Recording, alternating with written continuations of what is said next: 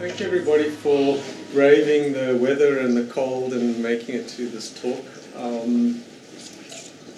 For me astrology's been a passion. I've been, I guess, fascinated with esoteric things my whole life. In fact, I was just quite interested to see on the bookshelf there, one of the books, the first esoteric books that I ever bought at the age of 13. It's called A Practical Guide to Kabbalistic Symbolism by Gareth Knight. And it's sitting on the bookshop here. And I remember distinctly buying that book, many years ago in the 70s, imported it from the UK, a double volume hardcover book for a total, including postage, of 53 Rand. That book now is soft cover selling for 750, so times have changed. I went through a number of sort of spiritual experiences in my life, including becoming a born-again Christian when I burnt those books. My path has been around and about, but it's always been a path of exploring. And in 1992, my uncle, in fact, said to me, "You should look into astrology." And I thought, okay. And I bought a beginner's guide to astrology and thinking that, I will never comprehend even remember how to learn some of these funny symbols that represent the planets. But 24, 25 years later, I'm still studying it as a rabbit hole that you never get out of. And in some ways, it's a mystery. So let's start with the first slide, Skylar. Okay, so what is astrology? It really is a mythical language. It's stepping into myth. And I think what trips up many people who look at astrology from a scientific basis, they're looking at it from a sort of cause and effect kind of consciousness. The biggest thing that people have is, how can a planet out there have any influence upon us? The point is, there is no influence. There's a correlation. Through thousands of years, ancient cultures have observed the planets, and it really goes back to, interestingly enough, Babylonian times and earlier, when, archaeologists have discovered all these clay tablets, and on these clay tablets are observations of planetary motions and what was happening in society in the Assyrian times, and they've got essentially recorded data of more than 1,000 years of observation. And over those 1,000 years, they noted, when Mars was shining bright and red in the sky, there seemed to be a relationship to war taking place. So over time, Mars came to be associated with war. And we associate Mars, the color red, and it is the red planet. Just recently, Mars was the closest to Earth that it's been in 2 years. And certainly it was fiery red in about a month or so ago.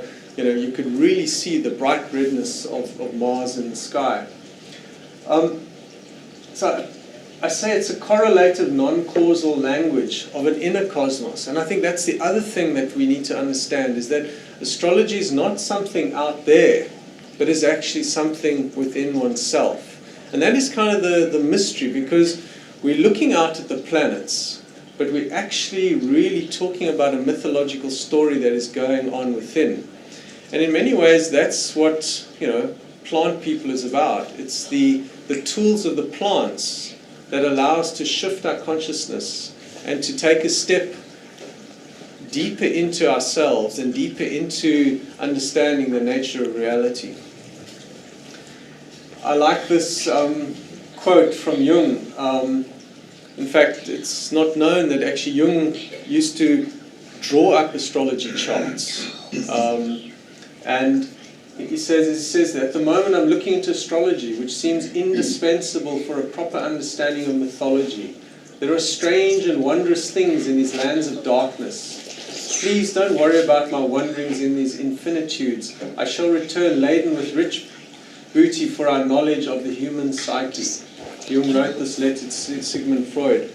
So astrology is this rabbit hole of mystery, and if we start understanding that there are gods within us and there are gods without. The gods are the planets, and there are gods within us, which are archetypal energies which we can dialogue with. And through our journeys with plant teachers, we can dialogue in a deeper way with these inner energies. Next slide. So, another thing that people struggle with is astrology fated? Does astrology, and I think many people are threatened by astrology because they're threatened that, am I going to be shown when I'm going to die? And in fact, that was quite an obsession in the Middle Age, in the medieval period, of going to an astrologer and being told when you're going to die. And there are whole astrological techniques called the calculation of the length of life. Now, many modern astrologers have done a lot of deep work in going into the calculations of length of life and come to the conclusion that these techniques were valid in the medieval period of time, but aren't so valid any longer. But yet they somehow still speak to a life force. But our modern technologies and our, in a sense, in many ways, our consciousness allows us to step beyond the so-called fated nature of the length of life calculation. I'm not saying that astrology allows us to cheat death, but astrology allows us to, see beyond life being fated. We're not subject to fate. We are masters if we so choose to awaken to that we can co-create our reality with the universe. One of the lovely stories in the story of fate, which I tell the story and you can make of it as you wish, but it's an ancient story of a man who was walking in the marketplace one day, and he looked across the market and he saw death looking at him, and immediately he thought, death has come for me. And he jumped on his horse and he rode as fast as he can to get away from death. And he rode and he rode and he rode to the next village, and he found an inn and he looked behind and death was not behind, and he ran into the inn and he said, I need a room, and he got up into the room and he locked himself in the room and he jumped under the bed, and he knew that, death couldn't find him. He had escaped, and he had escaped the fate of death calling upon him. Later that night there was a knock on the door, and he opened the door and death was standing there and said to him, why did you run away so quickly? I wanted to speak to you in the market to tell you that I was going to meet you at the inn tonight. So, is life fated? We all know we're going to die. When are we going to die? Do we need to know? Astrology certainly hints at that, and there are many cases of astrologers having worked deeply with astrological knowledge. One of the early books that I read by an American astrologer called Grant Louis, who wrote some very early beginner books on astrology, and there's an appendix in one of his books which basically show what was going on astrologically shortly before his death. And it seemed as if he had an awareness and an understanding of death. But so too do the ancient shamanic cultures. I mean, the Tibetans are famous, the Tibetan monks are famous for their deep inner knowledge of knowing when death is going to come and sitting in meditation. So death and life is part of astrology. In astrology we draw charts, and there are 12 houses, and each house is an area of life. And house number 8 is called the house of death. So astrology is very much related to death, but death needn't be literal. We can work with death in ways that allow for rebirth and transformation. In many ways, my journey with plant medicines has also been one of a dying to self. My very first experience with a psychedelic literally was an ego death. You know, I had to somehow during that night rebuild the universe from basic principles, and even the concept of God made no sense. But somehow through the night I rebuilt my life again and awakened in the morning with a new sense of self and reality. So astrology, and what I want to do in this talk tonight, is to share just a few tools that are easy to use for people who are not familiar with astrology, because astrology is a complex subject and is a subject that requires years of study. But again, these days in the age of the internet, there's an amazing, we have amazing access to information. We don't need to peer over dusty Latin texts. And the amazing thing that has happened in the last few years is that ancient texts that have been never before available in English have been translated and now easily accessible via the internet and download. You can download them instantly onto a Kindle and have access to this knowledge. Sorry. So I put here active participation. I think this is a key point in working with plant medicines and working with astrology. It's deciding to actively participate with the actuality of what is. So much of our life is about disconnection, disconnecting from feeling the pain, disconnecting from feeling the death that we go through. Many people who've worked with plant medicines will experience those ego deaths. They can be terrifying, as death is terrifying to man. But when we embrace the shadow, when we actively partake with that sense of death. And similarly, in astrology, people who know something about astrology will know the term transits. So the transits are the motions of the planets and how they correlate to your existing birth chart. As the planets move around, they make what are known as aspects to your chart. And some of those aspects, we look at with fear because we don't know what it's going to bring. But again, the active participation is working with the chart. So what's useful about astrology is that it gives one, in a sense, an edge as to what's going on. I look back to some of my clients where I had a couple many years ago. They'd been boyfriend and girlfriend since the age of 17, and they were now about, let's say, probably 27, and the woman had decided it's over.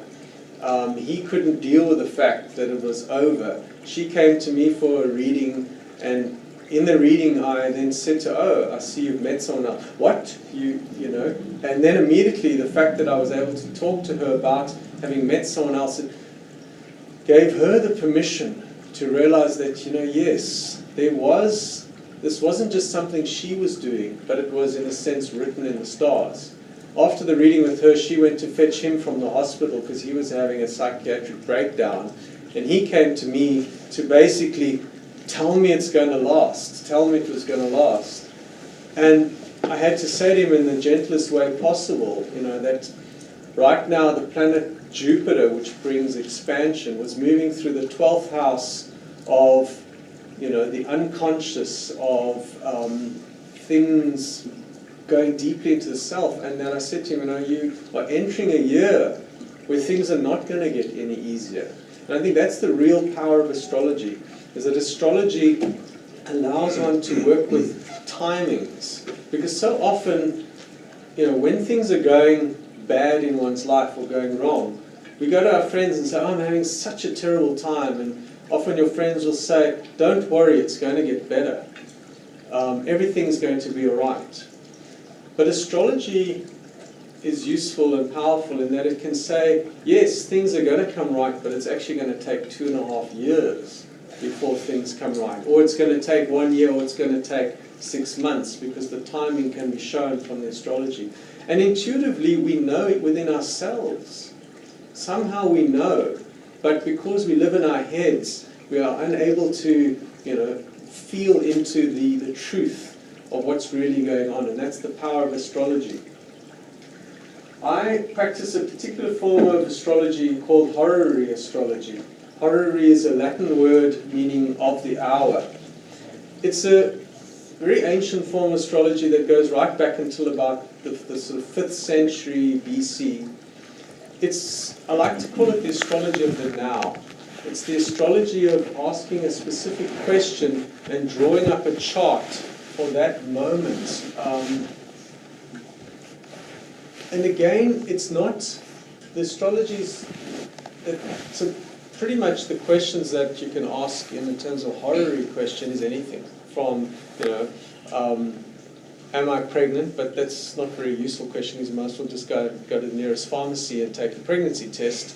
But to questions like, will I win the court case? Will I lose the court case? Will my investments come through? Will this relationship work out? Is obviously a very common question that one gets asked. But what I say is, horary is an active reality participation. The astrology chart can show the way out. Astrology can show you what is the best way to use this current situation for one's benefit. And that's what I like to call as participatory astrology, actually working with those energies. And that's where plant medicines become very powerful, because if you have an awareness of what's happening in your astrology chart, if you're going to be doing any kind of altered state work, whether that's meditation, trance, drumming, trance dancing, seeing that mythical story that's laid out in the chart allows one to work actively. Jung was a great proponent of what he called the active imagination, and the various techniques of actually taking one's astrology chart and working with those symbols as stories within oneself. So horary astrology can show the way. One of my astrology teachers told a beautiful story. She's a professional astrologer in the UK, and she said what happened one particular Monday night, there was a monthly astrology meeting, and the speaker for the night cancelled last minute. So she got phoned up just on the spur of the moment, could you possibly jump in tonight and be the speaker? So she went and gave the talk. At the end of the evening, everybody from the talk went to the nearest pub, as they do in the UK, and one of the young upcoming astrologers ran up to her and said, I've got something very exciting to tell you. I've been offered a position to write an astrology column for a magazine. Now, it's quite a lucrative thing in the UK to write an astrology column. And he said, let's take the time. Will I get... So he asked a horary astrology question, will I get the job? So she said, well, for which magazine is this? So he said, let's call it Women's Weekly. Now, it turns out she was the incumbent astrologer writing for that particular magazine, but under a pseudonym. So suddenly it wasn't just a question of, will he get the job? It was also a question for her, will she lose this job? And it was a lucrative so suddenly she said she was looking at this chart from a sense of, this is also my fate. So looking at the chart, it was, how can I use this chart for my own benefit?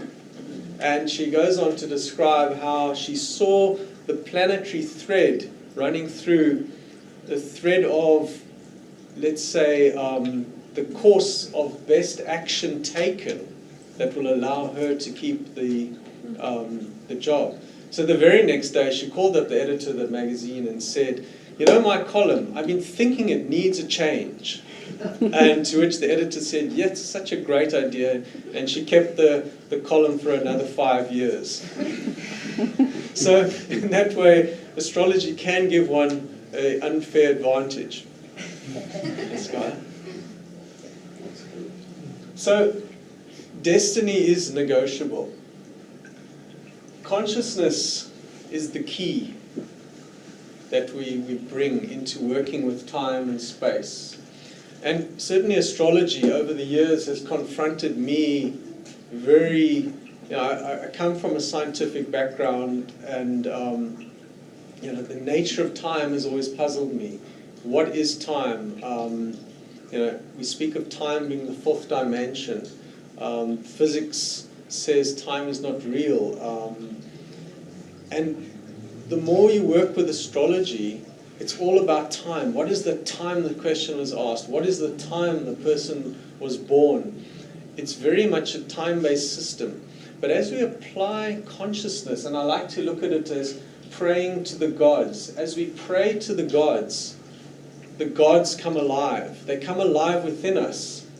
When we recognize that the planets are not just chunks of rock rotating around, orbiting around the sun, but they represent living energies within our own being, we can start dialoguing with the gods, and then we become free to choose.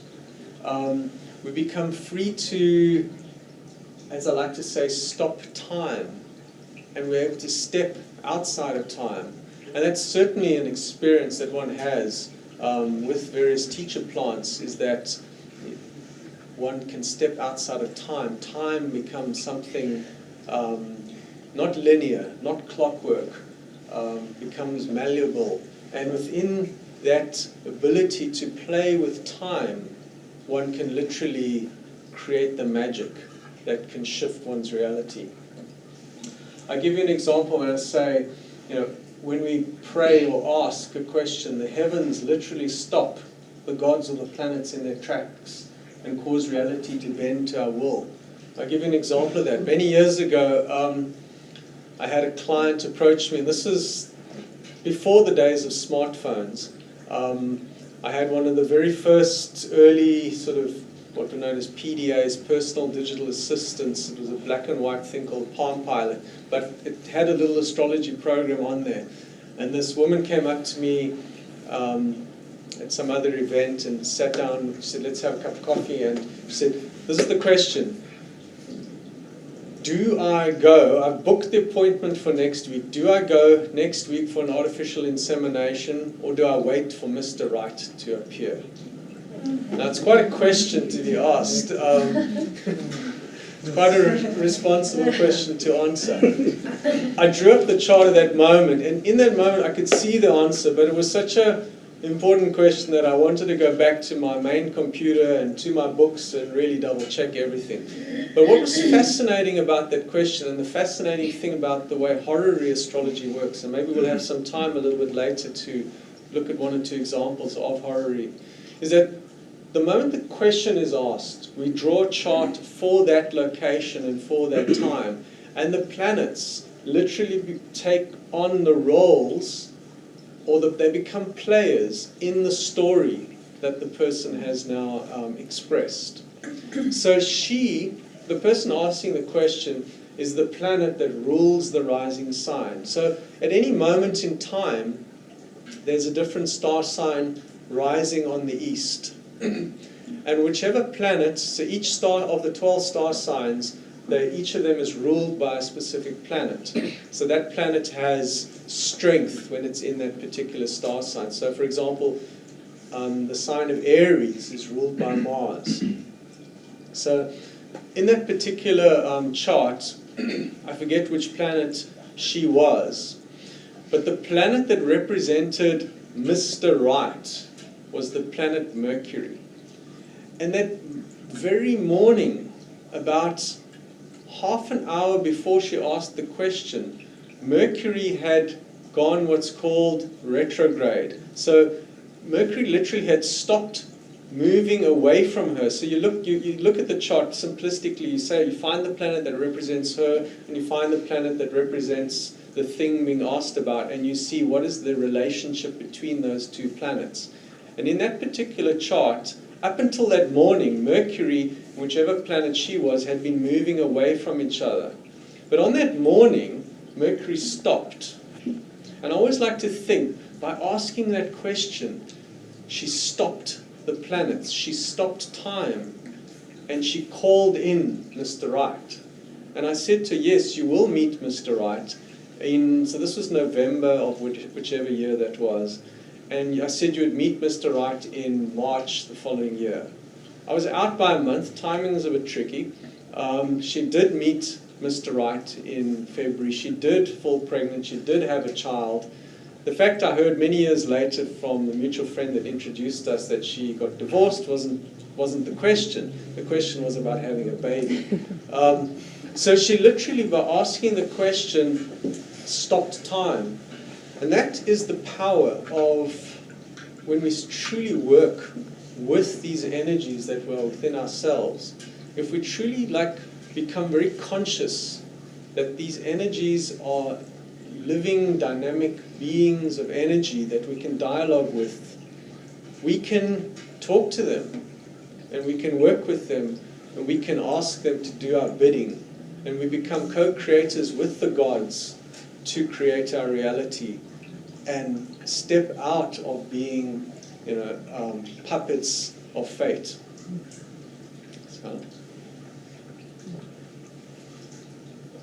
So the astrology that I like to practice, and it lends itself strongly to the plant medicine path, is what's known as Shamanic Astrology. So the very famous Hermetic maxim that everyone is familiar with, that which is below corresponds to that which is above, and that which is above corresponds to that which is below, to accomplish the miracle of the one thing. That the text around that, not just that particular sentence, encapsulates all the knowledge of alchemy and astrology and magic. And it's a deep study to understand those Hermetic texts. But shamanic astrology and the world of shamanism is very much based upon there's a world above and there's a world below. And shamanic journeys is often a journey into the underworld to dialogue with one's power animals, to dialogue with the gods below and the gods above. But shamanic astrology, I like to speak of it as an experiential astrology, because so much of a lot of astrology that's practiced today is very intellectual, very much, looking at computers. And I think there are many astrologers who they will tell you where the moon and which sign the moon is based upon what they're seeing on the computer. But if you had to take them outside and say, point to where the moon is right now, they probably wouldn't be able to do that. So shamanic astrology is very much about going out into nature and connecting with where the moon is, where the planets are, and then connecting in with those energies. And again, as we get into a shamanic state of consciousness, some altered state of consciousness, as we step into a ceremonial space, we participate from that mythical realm, and we start dialoguing with the gods, and we start working with those energies, so that it becomes a participation with the greater cosmos, and not just here we are on Earth, and our lives don't really matter in the greater scheme of 13 billion years. But when we step into that shamanic realm, outside of time, we become part of this great mystery where our lives, 80, 90, 100, I'm working to 120, our short lives out of billions of years become important. So altered states of consciousness is one of the tools that allow us to start working with those archetypal energies. death and rebirth are key themes, as I mentioned earlier, key themes in astrology, and they're key themes that come up in shamanic work. In shamanic astrology, we become particularly aware of the cycles of Venus, Mercury, and Mars. For example, Venus has just recently become an evening star, and Mars just recently was closest that it's been to the Earth in a long time. Those cycles are very interesting. The Venus cycle is one that's particularly of a lot of interest. The Mayans used Venus as their main planet to calculate, when they went to war, and their whole calendar system is based upon the cycles of Venus. And the Venus cycle, actually all of the cycles, particularly Venus, Mercury, and Mars, is that they will move behind the sun or move in front of the sun. And that journey, as they move towards the sun, we see them as evening stars or morning stars, and then they move towards the sun. We don't see them for a while, and then they pop out the other side of the sun as an evening or a morning star. But that story is a story of a journey into the underworld. So there's a very famous story of Venus, or in fact it's a Babylonian story of Ereshkigal, who's going down into the underworld. And in the journey into the underworld, it's a journey into death, but it becomes a journey of rebirth. The Venus cycle is very interesting. I'll share a personal example from my wife Alex and I.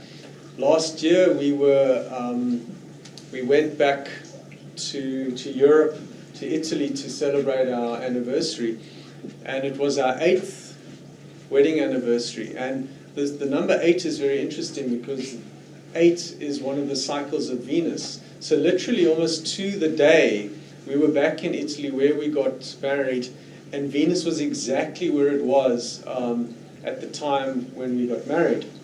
So it was very much a celebration of our marriage and our love. But yet at the same time, we were also doing some very deep work in our relationship. And Venus at that time, I remember one evening after dinner in Italy, going out after dinner to go and look at Venus in the sky, because Venus on that particular night was next to the moon, and it's always very impressive to see bright Venus in the sky together with the moon. But Venus was moving towards the sun, and in many ways that was the journey of what we were going through in our relationship. Our relationship, and Venus is the planet of relationship, was kind of undergoing a death and a rebirth. And as Venus moved towards the sun, as the weeks went by, so our relationship plummeted into the depths and the darkness of stuff that makes relationships nice and juicy. And I remember, Alex saying those words to me, it feels like things have died. But by October, I remember particular getting up early one morning at 5:30, and I opened the curtains on the eastern side of the house, and there I saw shining in the sky was the morning star Venus. And in that moment I suddenly realized, oh wow, Venus has returned from the depths and the darkness of the underworld, and wow, our relationship has also returned from the depths and the darkness of the underworld. So it's very powerful to start working not just with the planets on a piece of paper, but going outside to actually look and see where is the planet. So each of us has a Venus in our chart, and each of us has Venus moving through our chart. And when we become conscious and aware of those cycles, we can literally go outside and start connecting in with those energies in whichever way it feels right for you, ceremonially or shamanically. Another example on that, a couple of months ago, I was doing a meditation using a teacher medicine, and while I was working in my meditation room, everyone was asleep. It was the middle of the night. I kept seeing this bright star.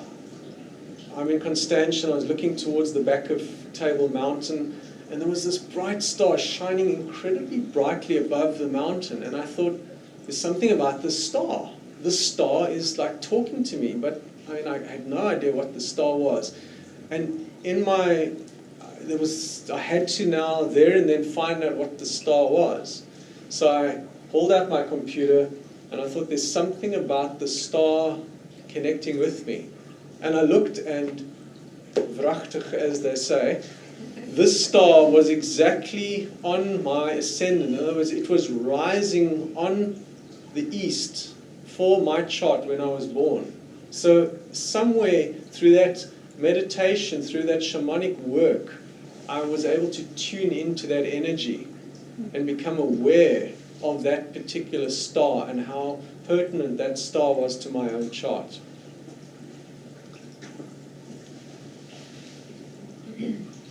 So I'm going to move into a bit more of a practical part of this talk as to how we can work with some simple things astrologically that can enhance your own working with astrology. So the sun and the moon are the most important parts of anyone's chart. The sun representing the father principle, and it is the planet of the self. And most people are familiar with their sun sign. So if you're Sagittarius, you were born in November, December, with the stars behind the sun being the stars of Sagittarius.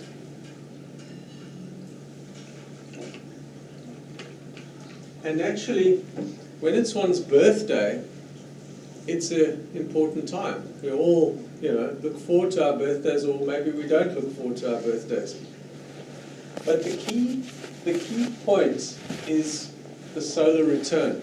And we've all heard that expression, many happy returns. Because literally what is a birthday? It's the sun returning to the same place in the sky of where it was when you were born.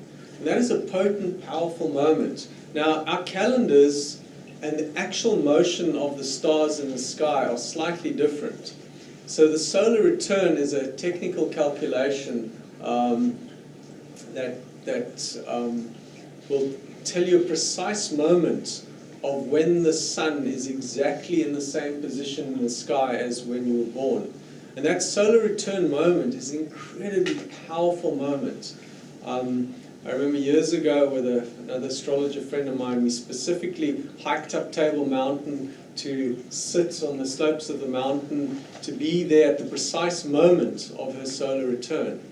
And recently we actually met an astrologer from Italy who has made his whole career based upon sending people to different parts of the world for their exact solar return moment. Because if you go and spend your birthday at another location on the earth, the chart for that particular location is going to look very different to the chart, what's called the solar return chart for where you're actually born. And his theory is that you can then influence the fate of your coming year as to where you then go and spend your birthday. So that becomes a very interesting way of working with. But if you don't have the luxury as he does, so the reason he was in Cape Town, he came to actually have his birthday in Cape Town. And he's been here a couple of times since, in fact, fallen in love with Cape Town and now made a whole photographic essay book all about Cape Town. But he sends his clients to all kinds of strange, crazy places all over the world to celebrate their birthdays. But if you don't have the luxury of being able to travel around the world, you can certainly, take that moment of the solar return. And the solar return may actually take place a day, sometimes even 2 days before your birthday. So that's again something, I didn't put a website on here to calculate solar returns, but if anyone's interested, I can certainly share that with them. There's a whole astrological technique of interpretations of solar return charts as to what your upcoming year is going to be all about. But just that awareness that, when someone says to you many happy returns, they're using the language of astrology, to say, that return of the sun back to where it was when you were born is a key potent moment, because the sun represents the core essential self. Gracie, can you press the space bar? Yeah. Okay, so onto the moon. The moon we're all familiar with. The moon waxes and wanes, and is a key, it's probably the key planet that we use in astrological work, particularly when it's work related to, let's say, the more magical side of astrology. Choosing when to initiate a specific event. Even basic things like when to go and have surgery. If you have to have surgery, there are times that it would be better to, if there's going to be bloodletting and cutting and there's going to be blood, it's going to be best to do that during a waning period, not when the moon is waxing and becoming more full. Because when the moon is waxing, I'm sure many people have heard about planting with the moon, gardening with the moon. So one will plant when the moon is waxing, because that waxing energy, as the moon becomes full, so the tides start increasing, so the gravitational effect upon the earth becomes greater, things expand. When things are waning, that would be a good time to cut your hair if you don't want your hair to grow. If you want your hair to grow, then cut it when the moon is waxing. That'll encourage hair growth. So there's books and books and books of, it's probably one of the biggest subjects, because the moon is the closest planet that we call in astrology. So working with the full moon and the new moon, we're all familiar that, when the moon is full, the word lunatic didn't come into society for no reason other than during the full moon, people go a lot more crazy. I remember many years ago, I was living in Germany, and the night after the full moon, there was the newspaper headline saying, 8 million people didn't sleep last night. And I mean, how many of you have had that experience? Even if you can't see the bright light of the full moon, you find that night you don't sleep very well. And many women can speak about their menstrual cycles, synchronizing with either the full moon or the new moon. So new moons, full moons are very powerful times to work shamanically, to work with plants. Eclipses, I mean, what I find completely amazing about eclipses is that we wouldn't have eclipses on Earth if the moon was slightly further or closer to the Earth.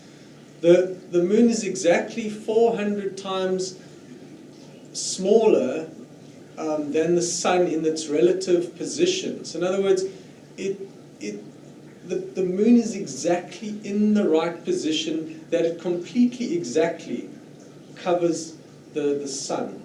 And to me that seems like no coincidence. It's just, a whole societal culture over thousands of years is based upon there's a sun, there's a moon, and the two come together. In astrology, an eclipse is often seen as quite a negative thing. But my own experience of eclipses, and I don't know how many people have actually experienced a total eclipse of the sun, but a total eclipse of the sun is, for me, one of the most mind-blowing experiences that one could ever experience. In 2001, I went up to Zimbabwe to go and see the total eclipse of the sun. And it is in those, I think the eclipse then was 3.5 minutes of totality. But that moment literally felt like time stopped.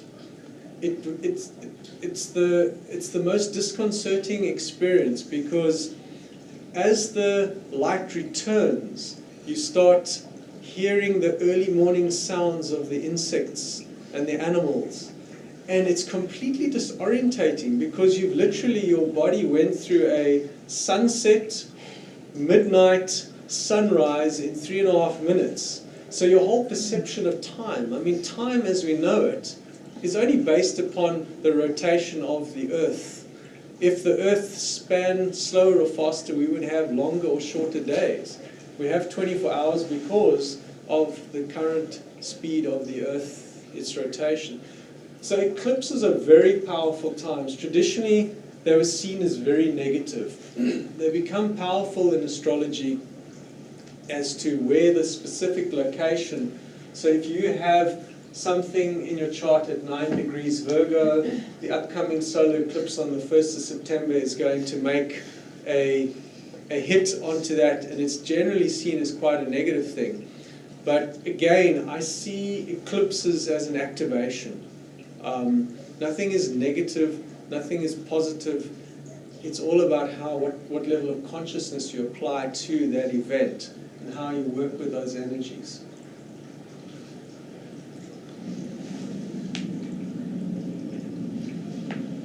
Then getting a little bit more, maybe people are familiar with full and new moons, but one that's very interesting is something called the void of course moon. Now the void of course moon, I'll explain what it is. As the moon moves around the Earth, in astrology we work with what are known as aspects. In other words, what is the angle between particular planets? And the angles are not just random angles, but they're angles based upon numerology. So the circle is 360 degrees. A full moon is the sun and the moon are exactly 180 degrees opposite one another, and that's based upon the numerological principle of the number 2, because it's 360 divided by 2 is 180 degrees, and hence we have, as the sun sets, the moon rises, they in opposition to one another. So the number 2 in numerology is to do with duality, and it's to do with the word opposition. There is a conflict. Then we work with the number 3. 3 is 360 divided by 3 gives us 120. It's called a trine. It's a harmonious energy. So when planets are 120 degrees away from each other relative to the Earth, it's called a trine. And the number 4 is related to 90 degrees. It's called a square, because 360 degrees divided by 4 is 90. And a square has 4 sides, each of 90 degrees. And a square, literally, if you see the image, it's being boxed in. There's this tension, not really knowing which way to go, is the energy of the square. So what has this got to do with the moon? Well, as the moon moves through the sky, it will pick up these angles relating to these numbers, 1, 2, 3, 4, and 5. 5 is called a sextile, and will touch in with those planets. And in the what's known as the Ptolemaic model of the universe, there's these circular bands of reality, and the outermost one is called the realm of the fixed stars, and these move down to what's known as the sublunar realm. So above the Earth, there's this sort of a band of, let's call it reality, ruled by the moon. And the moon literally picks up the energies of the planets and the stars, and the energies of the stars move down through the planets and move to the moon. And if the moon is connecting with one of those planets, so then things tend to take place on Earth. In the horary astrology work that I do, that's one of the key things you look at, is what is the moon next going to do? We look at what the moon next touches in terms of a planet. We can then predict the future based upon where the moon is. Now, void of course is a very fascinating thing. You'll get certain time periods where the moon does not pick up an aspect with any of those planets, and it's seen as an energetically quiet time. So in fact today was interesting. From 18 minutes past 8 this morning until 5:37, the moon was void of course. So the moon changed sign from Aries into Taurus at 5:37 p.m. today. So the void of course period can sometimes be a very short period. So you see this next one coming up on the 28th of July is basically 3 hours. You'll get sometimes very short periods of time. It's all relatively 3 hours, but sometimes it can even be as short as a few minutes. Or as you see today, pretty much the whole day, the moon was void of course. So now I share the void of course moon, and as I say, there's a link here to a website which gives you You can adjust the time zone and it'll tell you exactly when the moon is void of course. The void of course moon period is a very interesting period because it is essentially the time when the Earth is energetically quiet, is not picking up the energies of the planets. And it is then a time when shamanic work, plant medicine work, meditation are very effective. So this is a very useful astrological technique, and there's an app. You can download an app for your phone telling you when the moon is void of course, or go to this website and check up when so if you're planning a ceremonial event, you might want to experiment and see how does your ceremonial event pan out when the moon is void of course. So it is recommended to use the void of course moon period. A little bit more complicated is something called planetary hours, but again, there's an app you can download for your phone to tell you the planetary hours. So if I have to look right now, what planetary hour are we in? And I'll explain what a planetary hour is in a moment. It is now 20 past 8. In fact, it's 17 minutes past 8, and the planetary hour has just changed to the hour of Mars. So the planetary hours are fascinating because they are the origins of how we got to have the days of the week being Monday, the day of the moon, Tuesday, the day of Mars, Wednesday, the day of Mercury, Thursday, the day of Jupiter, Friday, the day of Venus, and Saturday, the day of Saturn. So now, and Sunday, the day of the Sun. So Sunday is kind of obvious to us. It's the day of the Sun in English. Saturday being Saturn, it's also obvious, and Monday being Moon is obvious. The not so obvious in English is some of the other days, but in French, the words are exactly the days of the week. I don't know who knows French here, but the name of the days of the week are exactly the names of the planets. In the word Woden is one of the Nordic gods who in characters similar to Mercury, so hence Woden's Day, Wednesday. Freya is the Nordic god of the equivalent of Venus, so hence Friday is Freya's day. So the planetary hours are also referred to as the unequal hours, and why I mention them is because the key working with magical, herbal, some of one of the great English herbalists, Nicholas Culpeper, speaks of, if you're going to pick herbs, you need to pick those herbs in the appropriate hour that correlates with that particular herb. So each herb has a corresponding planetary association. Now, the way it works is that at sunrise, the first quote-unquote, and I say quote-unquote, hour of the day is the hour of the sun. And it then works based upon the speed of the planets, the way we perceive those planets from the Earth.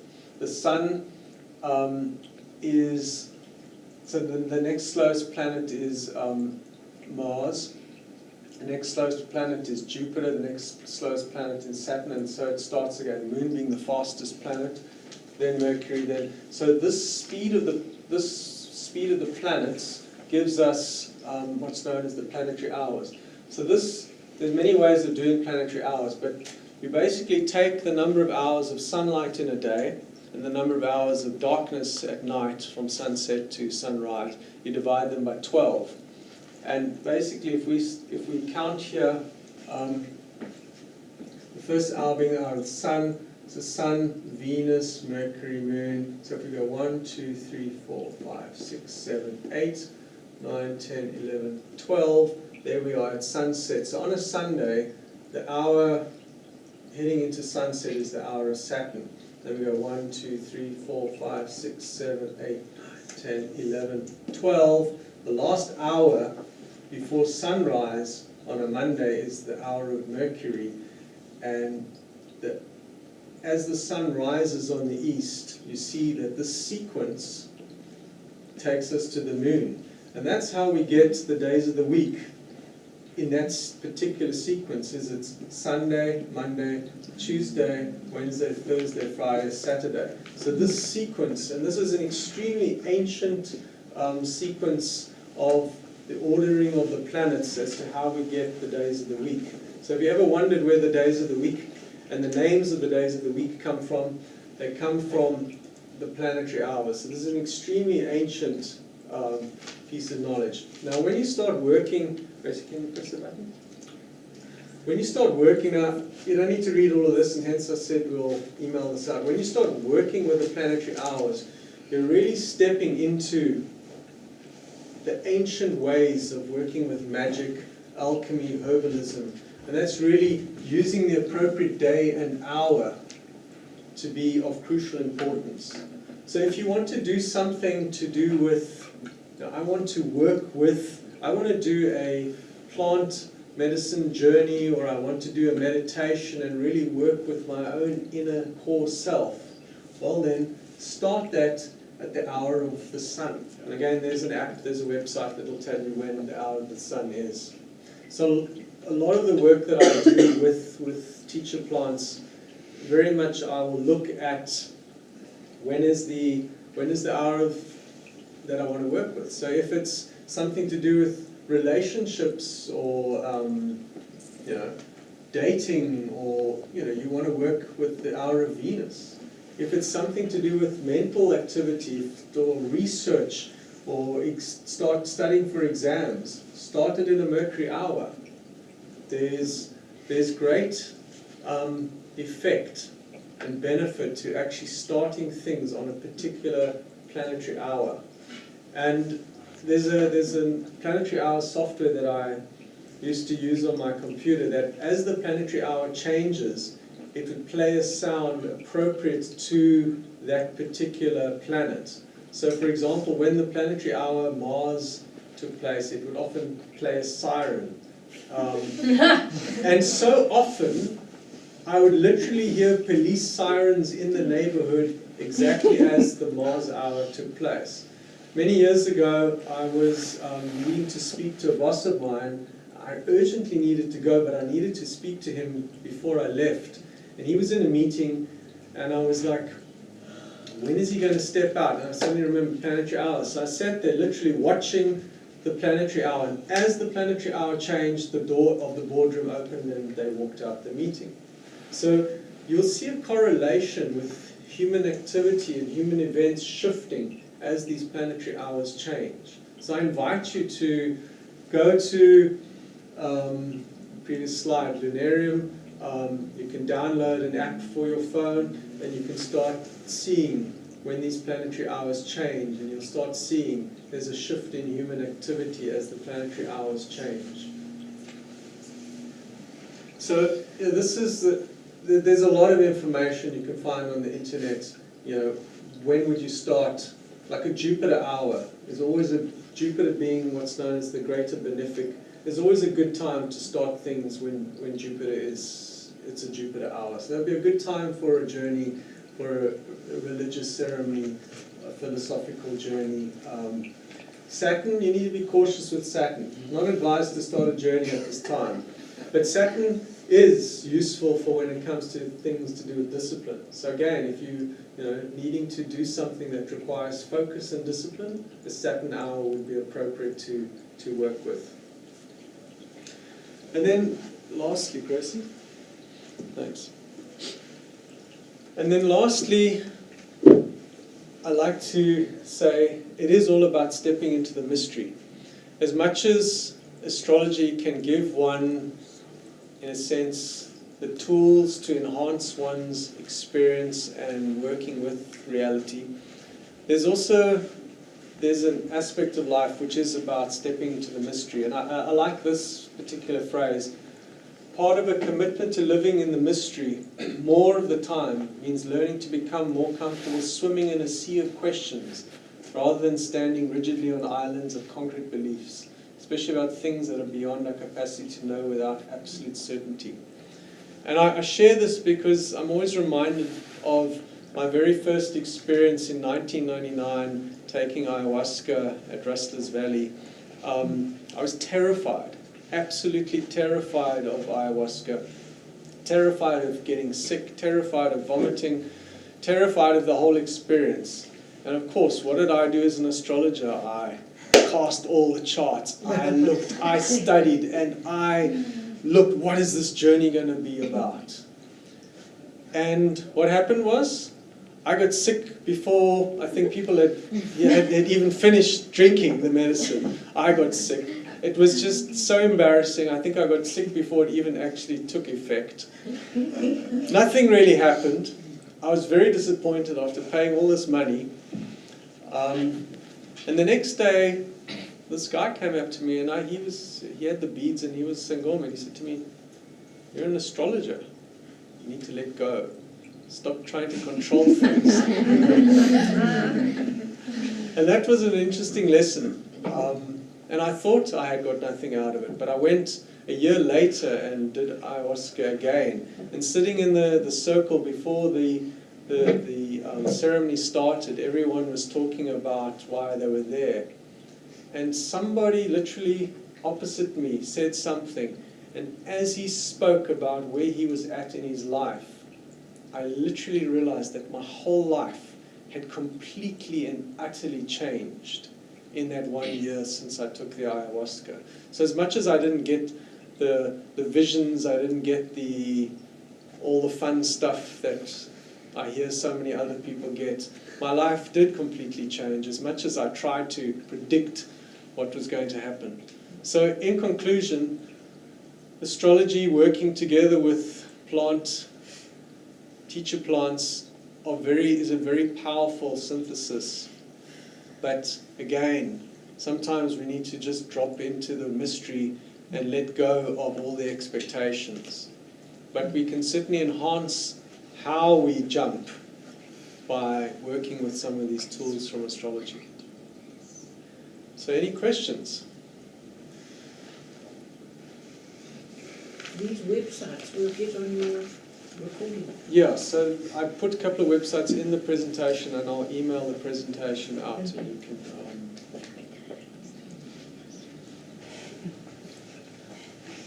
So yeah, any questions? I have one. So I'm very interested in Vedic astrology, and there's a very strong belief that one should have a meditation practice or contemplation practice, which helps one to, like you said, dialogue with these planetary bodies.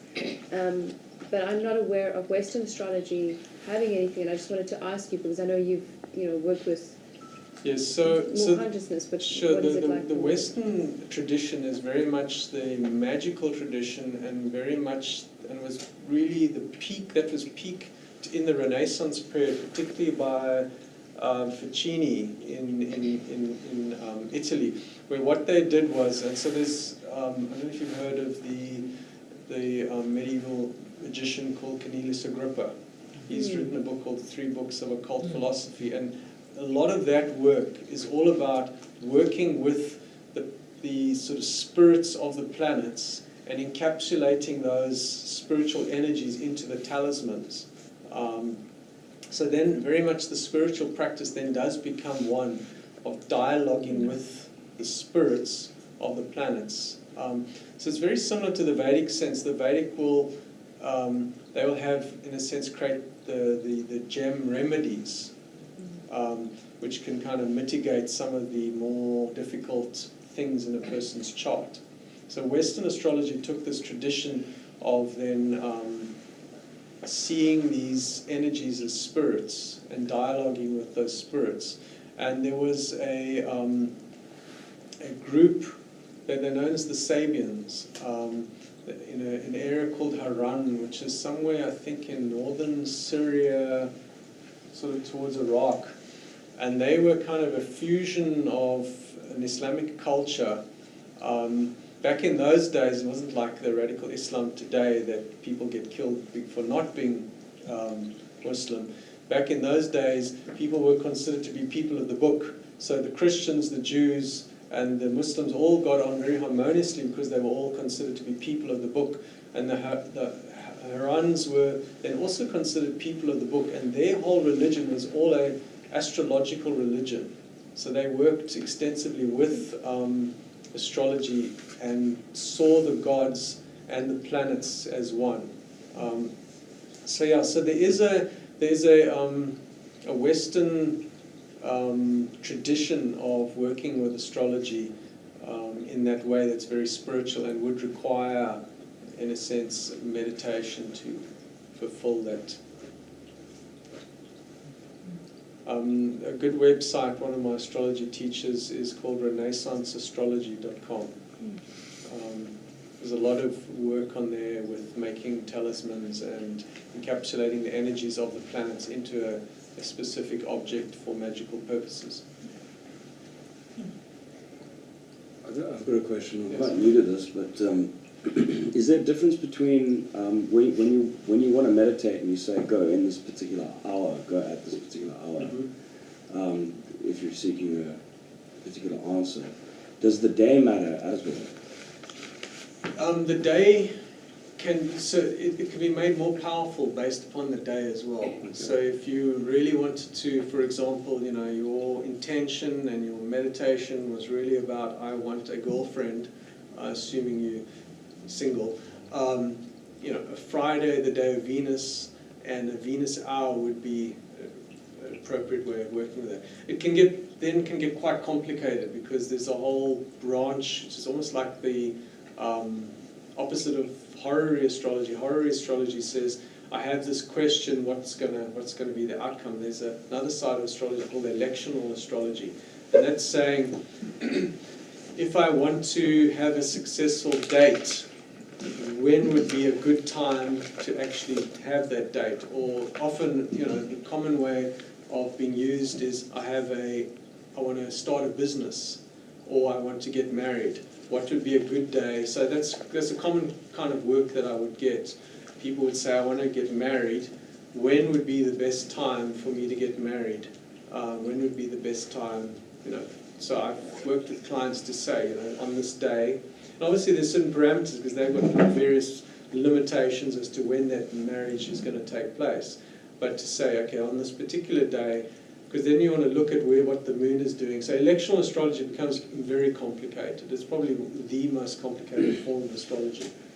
But you can simplify it. So again, if you don't have the luxury of being able to do your work on a Friday, then certainly work with that particular hour on any day. But it would be more, if you wanted success, work with the Venus hour, the Jupiter hour, versus working with a Mars hour or a Saturn hour. What category of question would questions like purpose fall under? Like in terms of goals and like drive and motivation and that sort of stuff.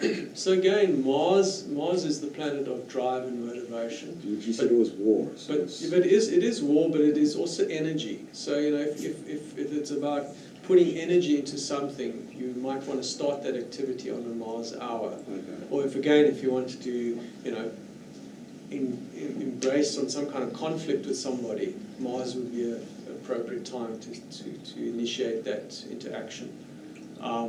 But the sun, ultimately the sun is the core essential self. Okay. So working with the hour of the sun would be a good time to really go deeply within to kind of connect in with, well, what is my purpose?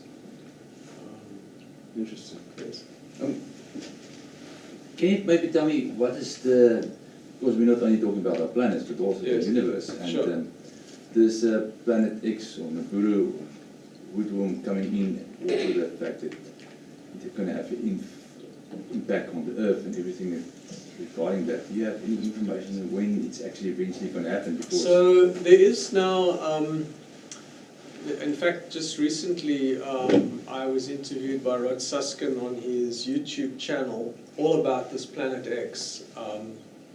Because now, certainly as of January this year, the astronomers that have found most of the exoplanets they're pretty much convinced that there is a planet, well, they're calling it the 9th planet. So they don't count Pluto.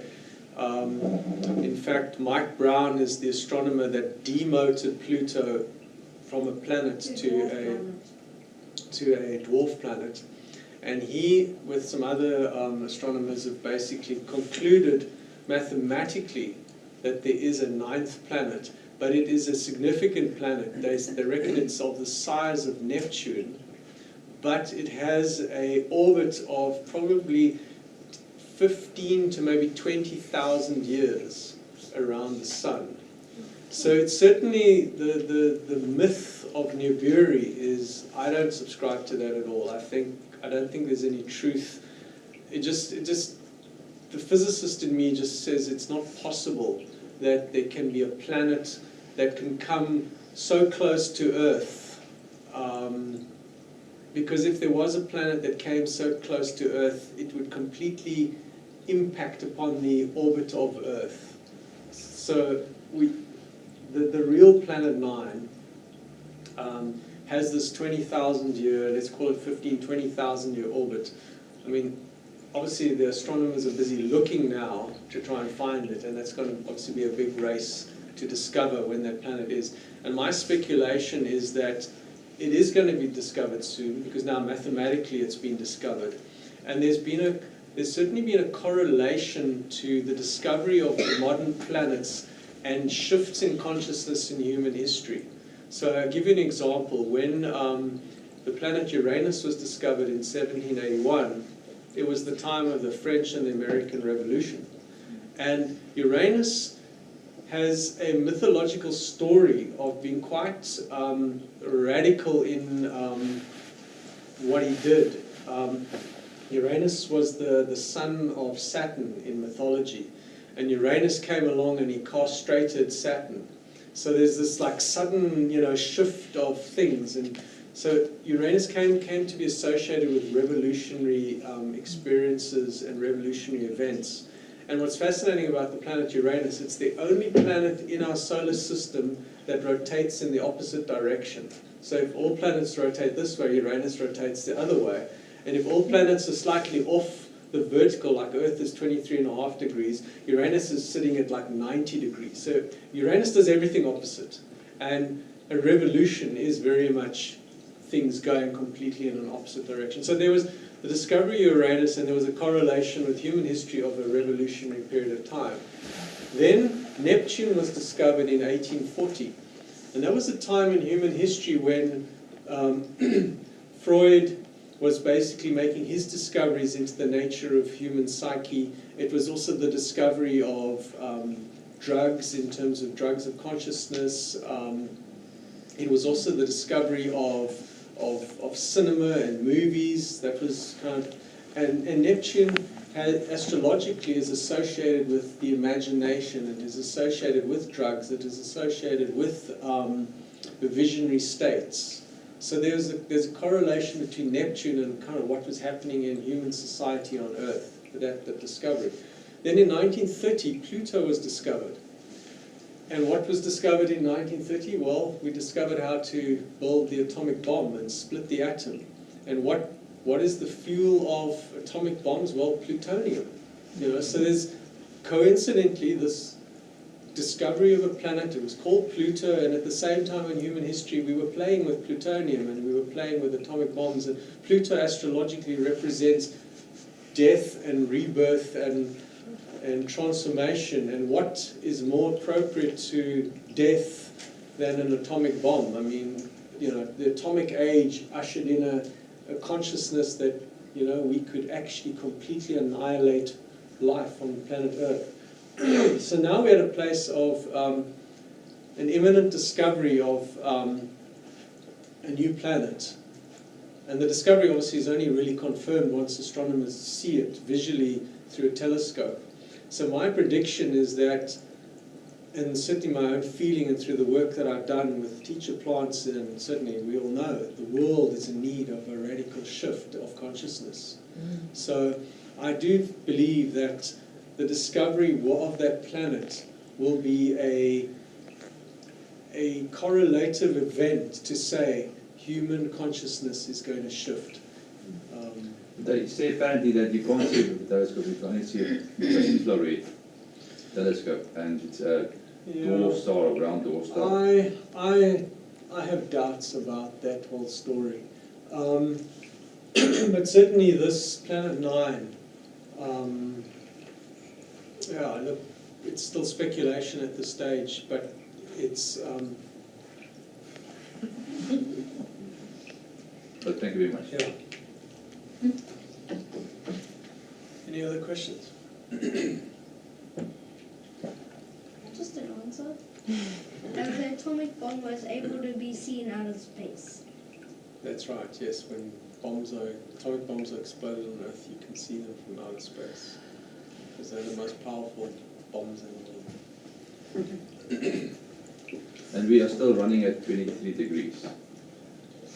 Well, that's the interesting thing is that, and there's an interesting theory around global warming, and is that as much as the Earth is tilted, and the reason we have the seasons is because the Earth is tilted, but as the Earth's tilting, it's also rotating slowly on a 25,000-year cycle.